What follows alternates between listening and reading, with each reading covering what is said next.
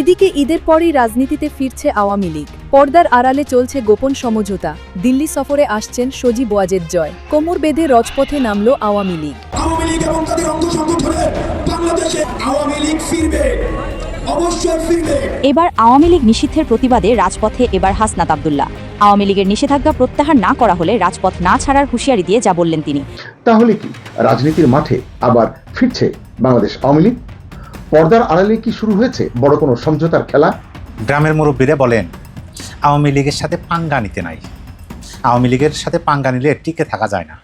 কারণ অতীত বলে, ইতিহাস বলে, আওয়ামী লীগের সাথে যারাই পাঙ্গা নিয়েছে তারাই টিকে থাকতে পারে নাই। আওয়ামী লীগ ছাড়া যে বিএনপি পঙ্গু তা আবারও প্রমাণিত হয়েছে। গোপালগঞ্জের সংরক্ষিত নারী আসনের বিএনপি থেকে মনোনয়ন পেলেন নিষিদ্ধ আওয়ামী লীগের নেত্রী। এটি বড় ধরনের সিদ্ধান্ত খুব শিগগিরই আসতে যাচ্ছে। তার আগে বাংলাদেশের সাবেক প্রধানমন্ত্রী শেখ হাসিনার ছেলে সজীব ওয়াজেদ জয় দিল্লি সফরে যাচ্ছেন। দিল্লিতে জয় ও তার মা শেখ হাসিনা আওয়ামী লীগের শীর্ষ নেতাদের সাথে বৈঠক করার পর দলটির নেতৃত্বে কারা আসতে পারেন তা ঘোষণা করা হতে পারে। দর্শক, নতুন একটা নিউজ আপনাকে স্বাগতম। প্রিয় দর্শক, তবে কি যে সাপ দংশন করেছে সেই সাপই এখন বিষ তুলবে? কারণ দর্শক, ইতিমধ্যেই বিশ্লেষকরা আলোচনা করছে যে আওয়ামী লীগকে এনসিপির নেতাকর্মীরাই কার্যক্রম নিষিদ্ধ করিয়েছে। এখন ঠিক সেই এনসিপির নেতাকর্মীরাই আওয়ামী লীগকে রাজনীতিতে ফেরানোর জন্য ব্যস্ত হয়ে পড়েছে। দর্শক মণ্ডলী, এছাড়াও দিল্লিতে আসছেন শেখ হাসিনা পুত্র সজীব ওয়াজেদ জয় এবং খুব শীঘ্রই একটা বড় ঘোষণা আসতে চলেছে। দর্শক মণ্ডলী, কি সেই ঘোষণা সেটি অবশ্যই এই নিউজটি সম্পূর্ণ দেখলেই জানতে পারবেন। এছাড়াও দর্শক, আপনার কি মনে হচ্ছে, আওয়ামী লীগ কি এনসিপির ঘাড়ে চড়েই রাজনীতিতে ফিরতে চলেছে, নাকি আওয়ামী লীগ ফিরবে তার নিজের শক্তিতে? তা অবশ্যই কমেন্ট করে জানিয়ে দিন। দর্শক, এছাড়াও ভিডিওর শুরুতেই আরো যে গুরুত্বপূর্ণ ভিডিওর অংশগুলো দেখেছেন তার বিস্তারিত আলোচনা একটু পরেই দেখতে চলেছেন। তো দর্শক, আর দেরি না করে চলুন দেখে আসবো আজকে সেই কাঙ্ক্ষিত ভিডিওগুলো। তবে তার আগে বলবো, যারা এখনো চ্যানেলটি সাবস্ক্রাইব করেননি অবশ্যই চ্যানেলটি সাবস্ক্রাইব করে পাশে থাকা বেল আইকনটি ক্লিক করে দিন। আর যারা ইতিমধ্যেই চ্যানেলটি সাবস্ক্রাইব করে রেখেছেন তাদেরকে অসংখ্য ধন্যবাদ। তো চলুন দর্শক, ভিডিওটিতে একটি লাইক দিয়ে আমরা ধারাবাহিকভাবে সবগুলো ভিডিওর আলোচনা দেখে আসি।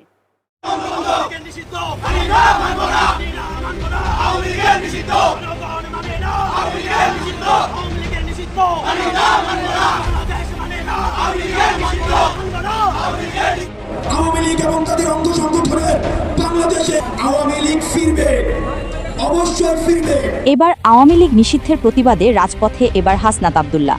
আওয়ামী লীগের নিষেধাজ্ঞা প্রত্যাহার না করা হলে রাজপথ না ছাড়ার হুঁশিয়ারি দিয়ে যা বললেন তিনি। আবারও প্রমাণ হলো, রাজনীতি আর সংবিধান কোনোটাই আপনার আমার মতো আবেগ আর সহজ সরল সমীকরণ দিয়ে চলে না। রাজনীতি চলে নিজ দলের স্বার্থ আর কঠিন বাস্তবতার মধ্য দিয়ে। একসময় যে দল আওয়ামী লীগ নিষিদ্ধের ব্যাপারে রাজপথ কাঁপিয়েছিল, আজ সেই দল কিনা সংসদে আওয়ামী লীগ নিষিদ্ধের বিরুদ্ধে। যা সাম্প্রতিক সময়ে এনসিপির বর্তমান কর্মকাণ্ড দেখলেই আপনি রাজনীতির কঠিন বাস্তবতা দেখতে পাবেন। এনসিপিতে আমরা যুক্ত হওয়ার ক্ষেত্রে কার কি পরিচয় এটা আমাদের কাছে মুখ্য নয়। ইভেন কি ছাত্রলীগ হোক, এটা আমাদের কাছে মুখ্য নয়।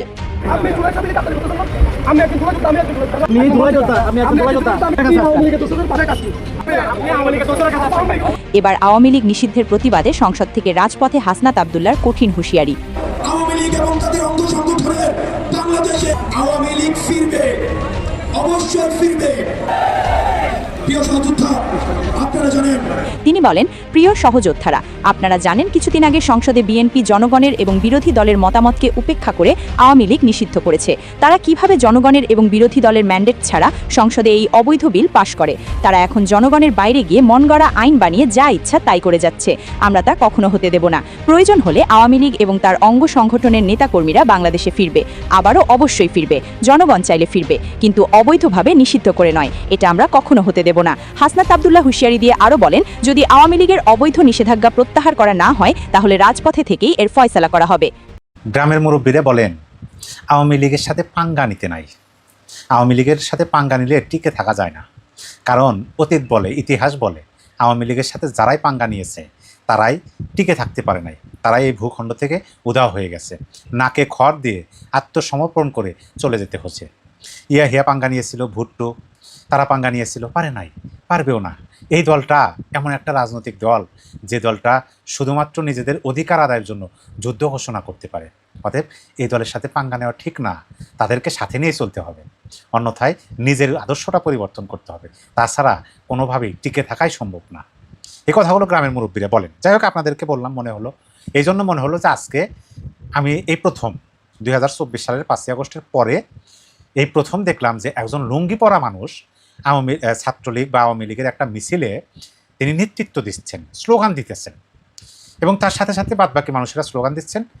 দীর্ঘ একটা মিছিল, লোকসংখ্যা যাই হোক না কেন, এই সময়ে দাঁড়িয়ে যখন দলটা নিষিদ্ধ, একেবারে আইন করা হয়েছে, ঠিক তখন দাঁড়িয়ে যখন একেবারে কোমরে গামছা বেঁধে লুঙ্গি পরা, শুধু তাই নয়, মেন আকর্ষণটা হলো যেমন চট্টগ্রামে মিছিল করছে লাল টুপির মিছিল।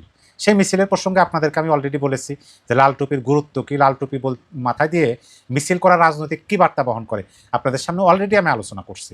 এখন যদি কোনো লোক দেখে আওয়ামী লীগের বিরোধী লোক, সাধারণ জনগণের কথা বাদ দেন, কারণ সাধারণ জনগণ অলরেডি আওয়ামী লীগের পক্ষে অবস্থান করতেছে, তারা অলরেডি আওয়ামী লীগের হয়ে কথা বলা শুরু করছে।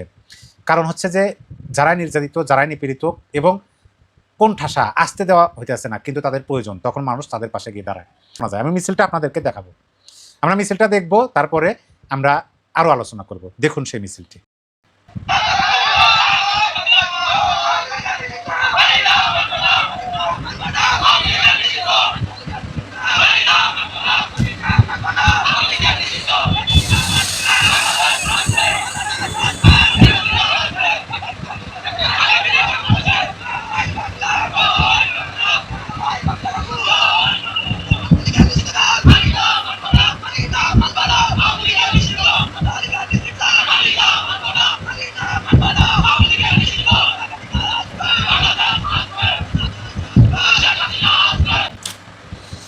আমাদের মনে রাখা উচিত, মানুষ যখন কপালে গামছা বেঁধে বের হয় তখন বুঝতে হবে যে নিজেকে উজাড় করে দিলাম, যা পারো করো, পিছু পা হব না।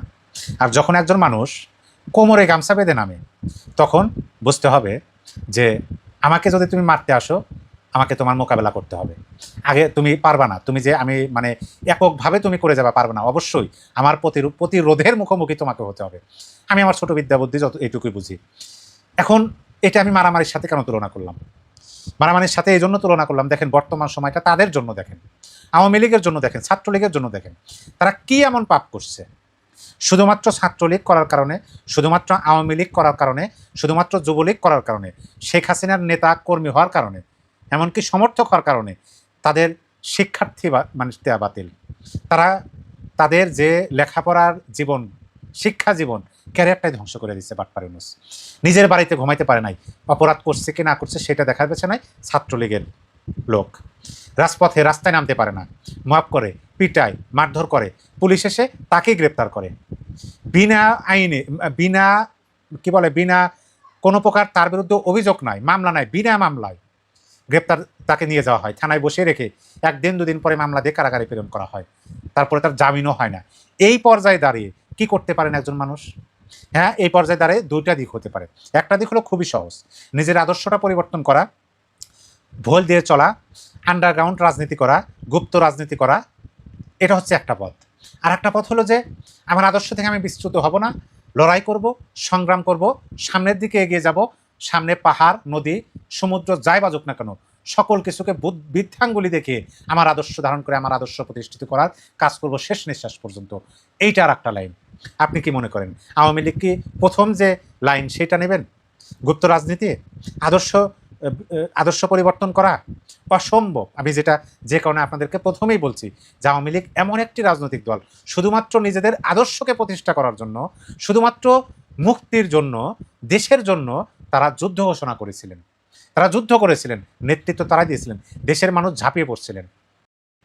এখন তাদেরকে আপনারা বলতেছেন যে রাজনীতি করতে দেব না, নির্বাচন করতে দেব না, মিছিল করতে দেব না। আচ্ছা ঠিক আছে, রাজনীতি করতে দেবেন না, সুন্দর কথা, শিক্ষা প্রতিষ্ঠানেও যাইতে দেবেন না, পরীক্ষা দিতে দেবেন না, আপনি ক্লাস করতে দেবেন না।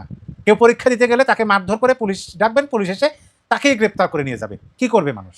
তারা এই ভূমির মাটি না, এই ভূমির মানুষ না, ভূমিপুত্র না, তারা এই মাটির মানুষ কিনা, এই ভূখণ্ডের মানুষ কিনা? তারা কি 7 সমুদ্র সেই প্যারিস থেকে উড়ে এসছে? তারা কি অন্য কোনো রাষ্ট্র থেকে উড়ে এসছে? না, তারা জন্মগতভাবে, বংশগতভাবে এই দেশেরই মানুষ। আর শুধুমাত্র একটা রাজনৈতিক দলের সমর্থক ছিলেন, কর্মী ছিলেন, নেতা ছিলেন, তাকে আপনি তার ক্যারিয়ারটা ধ্বংস করে দেবেন? 2-1 জন না, হাজার হাজার লক্ষ লক্ষ শিক্ষার্থীকে আপনি ছাত্রলীগ বানিয়ে তার ক্যারিয়ার ধ্বংস করে দেবেন। আর বাটপার ইউনুস করে গেছে, বর্তমানে আপনারা কি করতেছেন? আইনে রূপান্তরিত করতেছেন। কি করবে তারা? মানে নিজেকে, যে কোনো বিষয়, যে কোনো ঘটনা যদি আপনি নিজেকে দিয়ে ভাবেন যে আমি যদি হইতাম, আমার সাথে যদি এই ঘটনা ঘটতো, তাইলে কি হইতো? রাজনৈতিক, আমরা জানি বাংলাদেশের রাজনীতিটা হচ্ছে একেবারে অসুস্থ রাজনীতি। এই রাজনীতি করতে গেলেও অপরাধ করলেও আপনার মামলার আসামি হতে হয়, অপরাধ না করলেও আপনার মামলার আসামি হতে হয়। আমরা আওয়ামী লীগের আমলেও দেখছি, ইউনুসের আমলেও দেখছি, বর্তমানেও দেখতেছি। কিন্তু ওই ধোয়া, যেটা গ্রাম বাংলায় বলে যে খোটা, আপনি যে তুলনা করেন যে আওয়ামী লীগের আমলের সময় এরকম হয়েছে, এখন কেন হবে না? আপনি দেখেন তো আওয়ামী লীগের আমলে শুধুমাত্র রাজনীতি করার কারণে কোন রাজনৈতিক ছাত্র সংগঠনের পুরো সংগঠনের ছাত্রত্ব বাতিল হয়ে গেছে? কাকে নিষিদ্ধ করছে? পরীক্ষা দিতে এসছে, মারধর করে পুলিশ এসে তাকে ধরে নিয়ে গেছে। একটা উদাহরণ দেখান, বিনা অপরাধে। অপরাধ নাই। কি অপরাধ? কোনো একদিন কেউ বা কাহারা তাকে ছাত্রলীগের কোনো একটা মিছিলের একেবারে শেষ কর্নারে তাকে একটু স্লোগান দিতে দেখছিলেন, এটাই অপরাধ। সেজন্য আমি বললাম যে আওয়ামী লীগের পালে জোর হাওয়া লেগেছে। কেন লেগেছে? হঠাৎ আওয়ামী লীগের পালে কেন জোর হাওয়া লাগলো? প্রকৃতিতে কিছু খেলা ঘটে, প্রকৃতিতে কিছু একটা হয়, প্রকৃতি কিছু করায়, নিজে করে না, মানুষকে দিয়ে করায়। মহান আল্লাহ পাক এখানে যদি কিছু করেন এই ভূখণ্ডের জন্য, তিনি যদি কিছু নির্ধারিত করে রাখেন, সেটা কিন্তু তিনি নিজে স্বয়ং করবেন না, এই অঞ্চলের মানুষকে দিয়ে করাবেন। সেরকমই তাদের দেওয়ালে পিঠ থেকে গেছে, তারা এখন মিছিল করতেছে কোমরে গামছা বেঁধে। লোক সংখ্যা কত? 50 জন নাকি 500 জন? দেখার সময় নাই। আমার অধিকার, আমার দেশের মানুষের অধিকার ফিরিয়ে আনতে হবে। নিষিদ্ধ ঘোষিত ছাত্রলীগের জন্য দরজা খুলছে এনসিপি। আবার আওয়ামী লীগ নিয়ে হঠাৎ করেই সুর বদলেছে দেশের শীর্ষ দৈনিক প্রথম আলো। রাজনীতির বর্তমান প্রেক্ষাপটে হুট করে এমন কথা বললে কেউ মানবেন, কেউ মানবেন না, কিন্তু বাস্তব ঘটনা এমনই। রাজনীতিতে সবসময় অনেক ইস্যু সক্রিয় থাকে, আমরা জানি। কিন্তু এই যে দুটি ইস্যুর কথা বললাম, এই দুটি ইস্যু নিয়েই প্রশ্ন করা যাচ্ছে, তাহলে কি রাজনীতির মাঠে আবার ফিরছে বাংলাদেশ আওয়ামী লীগ? পর্দার আড়ালে কি শুরু হয়েছে বড় কোনো সমঝোতার খেলা? আজকের ভিডিওতে আমরা খুঁজবো বাংলাদেশের রাজনীতিতে সত্যিই কি কোনো নতুন সমীকরণ তৈরি হচ্ছে। জাতীয় নাগরিক পার্টি এনসিপির আহ্বায়ক নাহিদ ইসলাম বলেছেন, অপরাধে জড়িত না থাকলে ছাত্রলীগের নেতাকর্মীরাও জাতীয় নাগরিক পার্টি অর্থাৎ এনসিপিতে যোগ দিতে পারবেন। তিনি স্পষ্ট করে বলেছেন, অতীতে কে ছাত্রলীগ করেছেন, কে ছাত্রদল বা ছাত্র শিবির করতেন, এটা এনসিপির কাছে গুরুত্বপূর্ণ নয়। গুরুত্বপূর্ণ হলো এনসিপির আদর্শ মেনে এখন কাজ করা, মানে দলে যোগ দেওয়ার পরে এনসিপির আদর্শ মেনে কাজ করতে হবে। প্রশ্ন উঠছে, এটা কি শুধুই অন্তর্ভুক্তিমূলক রাজনীতির সূচনা হচ্ছে, নাকি নিষিদ্ধ রাজনৈতিক শক্তির জন্য নতুন সেফ করিডোর খোলা হচ্ছে? ইতিমধ্যেই অঞ্চলভেদে অনেকে হয়তো মিশেও গেছেন, আপনারা খেয়াল করে দেখবেন। অনেকে ব্যবসা বাণিজ্য করছেন, ওঠা বসা করছেন, কার সঙ্গে? মানে এখন যারা ক্ষমতার আশেপাশে আছেন তাদের সঙ্গে। কেবল রাজনীতিটা অপ্রকাশ্য হয়ে আছে। জানতে ইচ্ছা করছে, আওয়ামী লীগের রাজনৈতিক ভবিষ্যৎ কি তাহলে বিএনপির অনুগ্রহের উপর নির্ভর করছে, বা এনসিপির অনুগ্রহের উপর নির্ভর করছে, বা জামাতের অনুগ্রহের উপর নির্ভর করছে? আমি আসলে ঠিক বিষয়টাকে এইভাবে ভাবি না বা এইভাবে মনে করি না। আওয়ামী লীগ যদি রাজনীতিতে আবার ফেরে, বিশ্লেষকরাই বলছেন এটি ফিরবে আওয়ামী লীগের তৃণমূলের কর্মীদের জোরেই, তাদের সেই শক্তি আছে। আচ্ছা দেখি, এই যে এনসিপি আহ্বায়ক যে আহ্বান জানিয়েছেন, এটিকে ছাত্রলীগ কিভাবে নিয়েছে বা কিভাবে নিতে পারে। দুটো সম্ভাবনার কথা মনে পড়ছে বা সামনে আসছে। এক হচ্ছে, তারা মানে ছাত্রলীগ, নিষিদ্ধ ঘোষিত ছাত্রলীগ এটাকে অপমান হিসেবে নিতে পারে, দেখতে পারে, এক কান দিয়ে শুনে আরেক কান দিয়ে বের করে দিতে পারে। ভাবতে পারে এনসিপি আমাদের রাজনীতির স্পেস দেবে আর আমরা তারপরে রাজনীতি করব, এরকম একটা ভাবনা তাদের ভিতরে আসতেই পারে, কারণ ছাত্রলীগ একটি ঐতিহ্যবাহী ছাত্র সংগঠন, এখন না হয় নিষিদ্ধ। দুই, আবার একসময় ছাত্রলীগের লুঙ্গির তলে যেরকম শিবির বা অন্য গুপ্তরা ছিল, ছাত্রলীগও একটা অনুকূল সময়ের অপেক্ষায় গুপ্ত হয়ে যেতে পারে কিনা এনসিপির পতাকা তলে, এরকম একটি সম্ভাবনার কথা আছে। এগুলো জাস্ট সম্ভাবনার কথা, আসলে কি হবে কি করবে সেটা ছাত্রলীগই ভালো বলতে পারবে। আমরা যে কথাগুলো সামনে এসছে তার ভিত্তিতে সমস্যাগুলোর কথা আলোচনা করতে পারি। ইতিমধ্যেই অনেক জায়গায় দেখা গেছে রাজনীতিতে সক্রিয় না হলেও তেমন করে সম্পর্ক, ব্যবসা, নেটওয়ার্ক ক্ষমতাসীনদের সঙ্গে অনেক জায়গায় মোটামুটি ঠিকঠাক চলছে। অস্তিত্বের কারণে এটি অনেকে করতে হচ্ছে, হামলা মামলার ভয় করতে হচ্ছে, যারা প্রকাশ্যে থাকতে পারছে তারা, আর যারা থাকতে পারছে না তারা তো কিভাবে আছে বুঝাই যায়। এদিকে এনসিপির নাহিদের যে আহ্বান, এই আহ্বানের প্রেক্ষিতে দু একটা আওয়াজ কিন্তু উঠতে শুরু করেছে। গতকালই 19 এপ্রিল বিএনপি নেতা, গণ অধিকার পরিষদের সাধারণ সম্পাদক যিনি ছিলেন রাশেদ খান, তিনি প্রশ্ন তুলেছেন, ছাত্রলীগ যদি এনসিপিতে জায়গা পায় তাহলে আওয়ামী লীগ কেন পুনর্বাসনের সুযোগ পাবে না? প্রশ্নটা সরল কিন্তু গভীর, একই সঙ্গে অত্যন্ত গুরুত্বপূর্ণ প্রশ্ন। রাশেদ খান হয়তো বলেছেন, অন্যরা বলেননি। রাশেদ খান আওয়ামী লীগকে আন্ডারগ্রাউন্ডে না পাঠিয়ে পুনর্বাসনের সুযোগ দেওয়া উচিত বলে মন্তব্য করেছেন। স্বীকার করতে দোষ নেই যে রাশেদ খানের কথায় যুক্তি আছে। অতীতে ছাত্রলীগ করলে এখন যদি এনসিপি করা যায়, মানে করেছে না, ছাত্রলীগ করেছে যারা, তারা এখন এনসিপি করে, তাহলে অতীতে যদি কেউ আওয়ামী লীগ করে থাকে তারা কেন এখন রিফাইন্ড আওয়ামী লীগ করতে পারবে না? রিফাইন্ড বললাম এই জন্য যে মূল আওয়ামী লীগ তো নিষিদ্ধ, তো যদি নতুন দলও করে অন্য কোনো দলে না গিয়ে, তাহলে রিফাইন্ড আওয়ামী লীগ কেন করতে পারবে না? এই প্রশ্নটি কিন্তু অযৌক্তিক নয়। আবার আওয়ামী লীগের কেউ যদি এনসিপিতে পুনর্বাসিত হয়, কেউ যদি জামাতে হয়, তাহলে রিফাইন্ড আওয়ামী লীগে যেতে পারবে না কেন? নিশ্চয়ই যেতে পারবে, বা যেতে পারা উচিত, এতে কারোরই আপত্তি থাকার কথা নয়। ত্রয়োদশ জাতীয় সংসদ নির্বাচনের সময় আপনারা দেখেছেন আওয়ামী লীগের ভোট বিএনপির বাক্সে গেছে, জায়গায় জায়গায়, কোথাও জামাতের বাক্সে গেছে, কোথাও এনসিপির বাক্সে গেছে, মানে তাদের প্রার্থীদের অনুকূলে গেছে, কম বা বেশি এটা কিন্তু হয়েছে। রাশেদ খানের কথা এটা স্পষ্ট, ব্যক্তি যদি পরিষ্কার হয়ে নতুন দলে যেতে পারেন, তাহলে দল হিসেবে ফিরে আসার পথ বন্ধ থাকবে কেন? মানে ছাত্রলীগ, আওয়ামী লীগ, তাদের কেন সক্রিয় হতে বাধা থাকবে, এটি তিনি বলছেন। আওয়ামী লীগের কট্টর সমালোচক দেশের প্রথম সারির দৈনিক প্রথম আলো এবার আওয়ামী লীগের প্রতি বেশ সদয় হতে শুরু করেছে বলে মনে হচ্ছে। আওয়ামী লীগ নেতাদের মুক্তির দাবিতে সম্পাদকীয় প্রকাশের মাধ্যমে প্রথম আলোর জোরালো অবস্থান অনেক নতুন ইঙ্গিতই দিচ্ছে বলে মনে করা হচ্ছে। গত 16 এপ্রিল ঢালাও মামলা ন্যায় বিচারের স্বার্থে জামিন নিশ্চিত করুন, এই শিরোনামে একটি সাহসী সম্পাদকীয় প্রকাশ করেছে প্রথম আলো, এবং এই সম্পাদকীয়র মাধ্যমে আওয়ামী লীগ নেতাদের উপর চলমান আইনি নিপীড়নের বিরুদ্ধে স্পষ্ট অবস্থান নিয়েছে প্রথম আলো। প্রথম আলো লিখেছে, জামিন কোনো দয়া নয়, মৌলিক অধিকার। শুধু শিরীন শারমিন নয়, আওয়ামী লীগের কারাবন্দী অন্য নেতাদের ক্ষেত্রেও এটি নিশ্চিত করতে হবে। কোন ব্যক্তি আদালতে দোষী সাব্যস্ত না হওয়া পর্যন্ত তাকে নির্দোষ হিসেবে গণ্য করার যে চিরন্তন আইনি নীতি, তা বর্তমান রাজনৈতিক প্রেক্ষাপটে আওয়ামী লীগ নেতাদের ক্ষেত্রে ভুলুণ্ঠিত হচ্ছে। পত্রিকাটি দাবি করেছে 2024 সালে জুলাই আগস্টের ঘটনায় যে মামলা হয়েছে, সেই মামলায় অভিযোগের আসলে কোনো ভিত্তি নেই। অনেক মামলায়, ঢালাও মামলার কারণে অনেক নিরপরাধ নেতাকর্মী কারাগারে মানবেতর জীবনযাপন করছেন। বিশ্লেষকরা বলছেন এই প্রথম আলোর এই অবস্থান বদলের কারণে বা সুর বদলের কারণে যে দীর্ঘ 20 মাস পর প্রথম আলোর এই অবস্থান পরিবর্তন আওয়ামী লীগের কারাবন্দী নেতাদের আইনি লড়াইয়ের ক্ষেত্রে নতুন মাত্রা যোগ করবে। নিঃসন্দেহে সম্পাদকীয়তে প্রতিশোধের রাজনীতির পরিবর্তে সমঝোতা এবং আইনের শাসন প্রতিষ্ঠার উপর জোর দেওয়া হয়েছে, যা দেশের বর্তমান অস্থিতিশীল রাজনৈতিক পরিস্থিতিতে একটি গুরুত্বপূর্ণ বার্তা হিসেবে বিবেচিত হচ্ছে। সঙ্গত কারণেই প্রথম আলোর হঠাৎ এই অবস্থান বদল, এটা নিয়ে কথা হচ্ছে। বলা হচ্ছে, এটা কি শুধু মানবাধিকার ইস্যু নাকি সময় পরিবর্তনের ইঙ্গিত? ইতিহাস বলে কোন বড় দল দীর্ঘদিন এভাবে থাকতে পারে না, মানে আওয়ামী লীগ এখন যেভাবে আছে। এতক্ষণ যে 2-3টি প্রেক্ষাপট নিয়ে আলোচনা করলাম, যে ইস্যুগুলো তুললাম, বিশেষ করে ছাত্রলীগের জন্য এনসিপির দরজা খোলা আহ্বান, প্রথম আলোর সুর বদল, আইনি প্রক্রিয়ার পরিবর্তন, বিএনপি নেতা রাশেদ খানের যুক্তি, সব মিলিয়ে বাংলাদেশের রাজনীতি থেকে নতুন বাঁক বদলের শুরু হচ্ছে। কি মনে হয় আপনাদের? আওয়ামী লীগ কি সত্যি ফিরছে এবং এই ফেরার ক্ষেত্রে এনসিপি পথটি তৈরি করে দিচ্ছে এমনটি মনে করেন? কিংবা অন্তর্ভুক্তিমূলক যে রাজনীতির প্রত্যাশা সবার, দেশের বিদেশের, বাংলাদেশে কি সেই অন্তর্ভুক্তিমূলক রাজনীতির ডানা মিলছে এবং এনসিপি কি তাতে সত্যি সত্যি ভূমিকা রাখছে, নাকি সবই আসলে সময়ের বুদবুদ, আমাদের বুঝবার ভুল, রাজনীতির পুনর্বিন্যাসের রকম ফের মাত্র? সবই কি পরিকল্পিত সমঝোতা কিংবা নতুন কৌশল? বাংলাদেশের বিভিন্ন গণমাধ্যমের আলোচনায় প্রশ্ন উঠেছে, কার্যক্রম নিষিদ্ধ থাকা দলটি কিভাবে মাঠে নামবে। কেউ কেউ প্রশ্ন তুলছেন, দলটি পুনর্গঠিত হয়ে মাঠে নামবে কিনা। আওয়ামী লীগের একাধিক সূত্র থেকে জানা গেছে, এরই মধ্যে আওয়ামী লীগের অঙ্গ সংগঠনগুলো নতুন করে কমিটি দেওয়ার কাজ শুরু হয়েছে। এগুলো শেষ করে আওয়ামী লীগের পুনর্গঠন নিয়ে একটি বড় ধরনের সিদ্ধান্ত খুব শিগগিরই আসতে যাচ্ছে। তার আগে বাংলাদেশের সাবেক প্রধানমন্ত্রী শেখ হাসিনার ছেলে সজীব ওয়াজেদ জয় দিল্লি সফরে যাচ্ছেন। দিল্লিতে জয় ও তার মা শেখ হাসিনা আওয়ামী লীগের শীর্ষ নেতাদের সাথে বৈঠক করার পর দলটির নেতৃত্বে কারা আসতে পারেন তা ঘোষণা করা হতে পারে। দলটির অনেক নেতাই মনে করছেন, শেখ হাসিনার হাতে মূল নেতৃত্ব থাকলেও সজীব ওয়াজেদ জয়কে আনুষ্ঠানিকভাবে গুরুত্বপূর্ণ দায়িত্ব দেওয়া হতে পারে, যদিও তিনি গত কয়েক মাস ধরে আওয়ামী লীগের জন্য কাজ করে যাচ্ছেন, এমন তথ্য দলটির শীর্ষ নেতারা নিশ্চিত করেছেন। দলটির একাধিক সূত্র নিশ্চিত করেছে, শেখ হাসিনার হাতেই দলটির শীর্ষ নেতৃত্ব থাকছে, তবে সজীব ওয়াজেদ জয় গুরুত্বপূর্ণ পদ ও দায়িত্ব পেতে যাচ্ছেন। একাধিক সূত্রে জানা গেছে, সজীব ওয়াজেদ জয় যে দলটির গুরুত্বপূর্ণ দায়িত্ব পেতে যাচ্ছেন সেটি প্রায় নিশ্চিত হয়েছে বাংলাদেশের নির্বাচনের পরপরই।